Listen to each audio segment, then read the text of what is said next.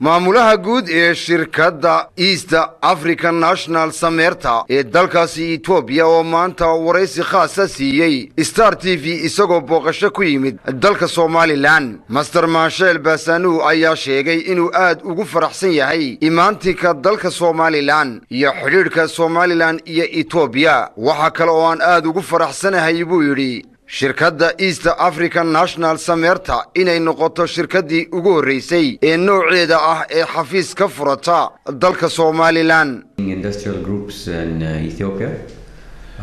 and we are involved in many Marshal Basanu isagoo hadalkiisii sii wata waxa uu sheegay inay shirkaddan East African National Sameerta ay tahay shirkadaha ugu waaweyn ee laga leeyahay dalkaasi Ethiopia sidoo kalena ay noqon doonto shirkaddii ugu horeysay ee nooceeda ah ee isticmaasha dekedda magaalada Berbera. geesta kalena maamulaha guud ee xafiiska Hargeysa ee shirkadda East African National Sameerta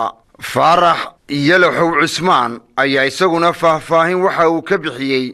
waxa ay shirkadoodu qabato iyo adeegyada kala duwan ee dhinaca ganacsiga ee waqtigan ay bixiyaan. dhamaan waxaan halkan ka salaamayaa dadweynaha Somaliland meel kasta ay joogaan. waxaan ugu bishaareynaa dadweynaha Somaliland inaan macnaha sibid hore loo isticmaali jiray oo National Summit la yiraahdo oo sibid aad u fiican dadkan aad u yaqaanaan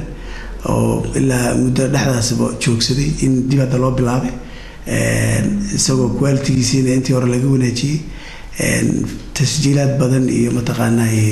hawlo badan oo lagu soo kordhiyay loona fududeyn doono muwaadiniinta Somaliland inay ka faa'iideystaan productkaas quality-ga badan. xafiisna